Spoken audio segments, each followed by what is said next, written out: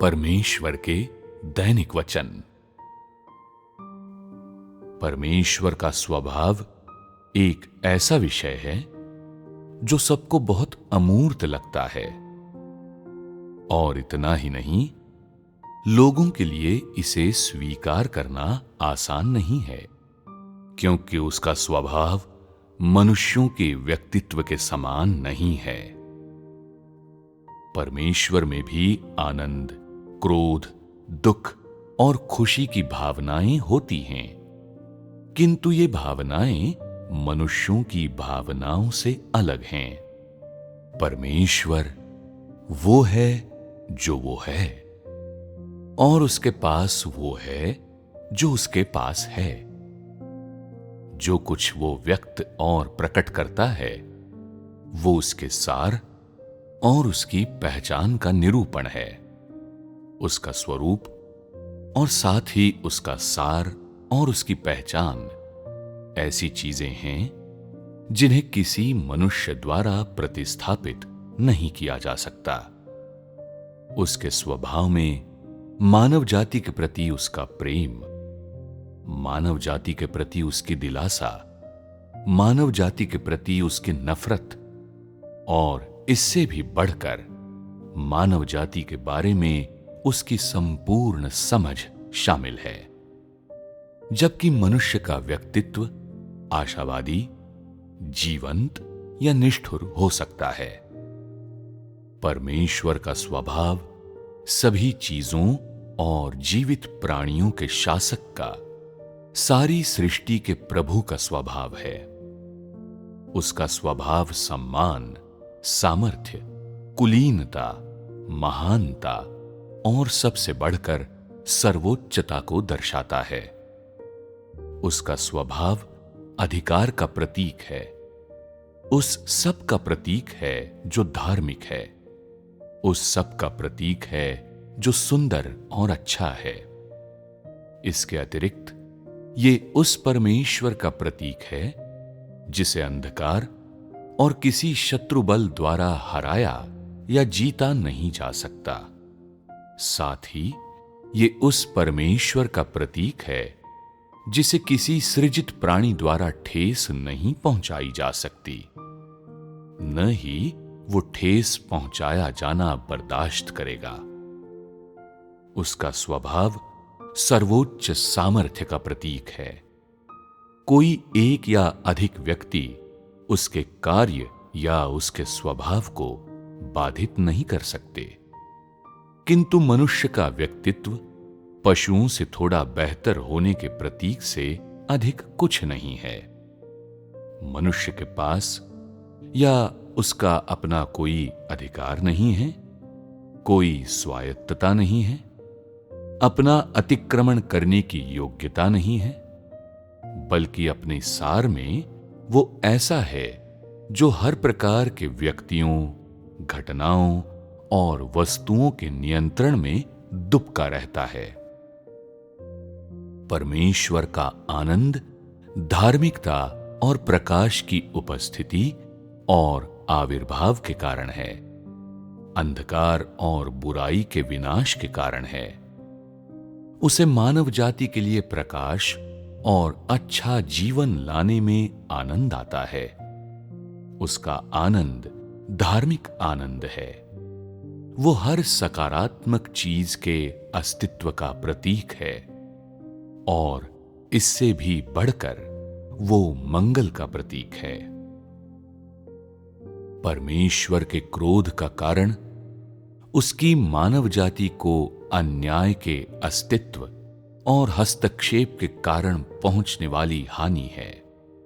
बुराई और अंधकार के अस्तित्व के कारण है, और ऐसी चीजों के अस्तित्व के कारण है जो सत्य को निकाल बाहर करती हैं, और इनसे भी बढ़कर उन चीजों के अस्तित्व के कारण है जो अच्छे और सुंदर का विरोध करती हैं।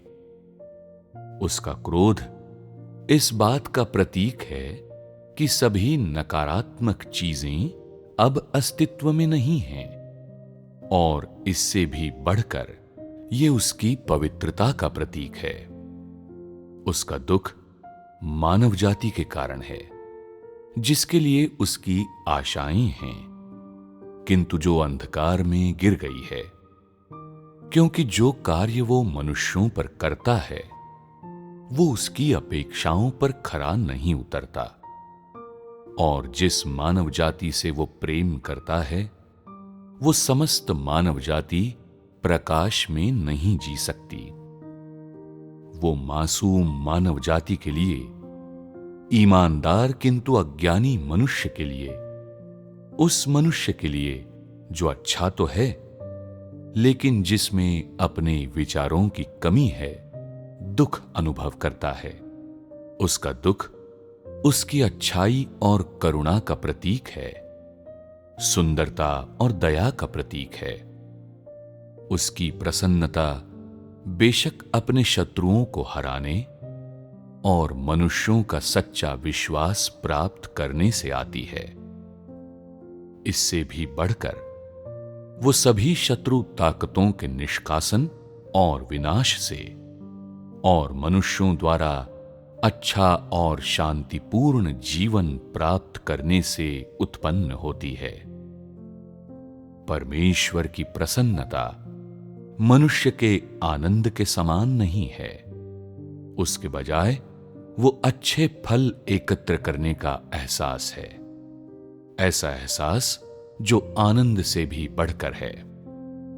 उसकी प्रसन्नता मानव जाति के दुखों से मुक्त होने की प्रतीक है, और वो मानव जाति के प्रकाश के संसार में प्रवेश करने की प्रतीक है। दूसरी ओर मनुष्यों की समस्त भावनाएं उनके अपने हितों की खातिर उपजती हैं, न कि धार्मिकता, प्रकाश या उसके लिए जो कि सुंदर है, और स्वर्ग द्वारा प्रदत्त अनुग्रह के लिए तो बिल्कुल भी नहीं। मानव जाति की भावनाएं स्वार्थी हैं और अंधकार के संसार से वास्ता रखती हैं। वे परमेश्वर की इच्छा के लिए अस्तित्व में नहीं होती, परमेश्वर की योजना के लिए तो बिल्कुल नहीं होती, और इसलिए मनुष्य और परमेश्वर की तुलना नहीं की जा सकती। परमेश्वर हमेशा सर्वोच्च और आदरणीय है, जबकि मनुष्य हमेशा नीच और निकम्मा है। ऐसा इसलिए है क्योंकि परमेश्वर हमेशा मनुष्यों के लिए बलिदान करता रहता है और उनके लिए खुद को समर्पित करता है, जबकि मनुष्य हमेशा लेता है और सिर्फ अपने लिए प्रयास करता है। परमेश्वर सदा से मानव जाति के अस्तित्व के लिए कष्ट उठा रहा है, लेकिन मनुष्य प्रकाश या धार्मिकता की खातिर कभी कोई योगदान नहीं करता। अगर मनुष्य कुछ समय के लिए प्रयास करता भी है तो भी वो हल्के से झटके का भी सामना नहीं कर सकता, क्योंकि मनुष्य का प्रयास केवल अपने लिए होता है, दूसरों के लिए नहीं। मनुष्य हमेशा स्वार्थी होता है, जबकि परमेश्वर हमेशा निस्वार्थ होता है।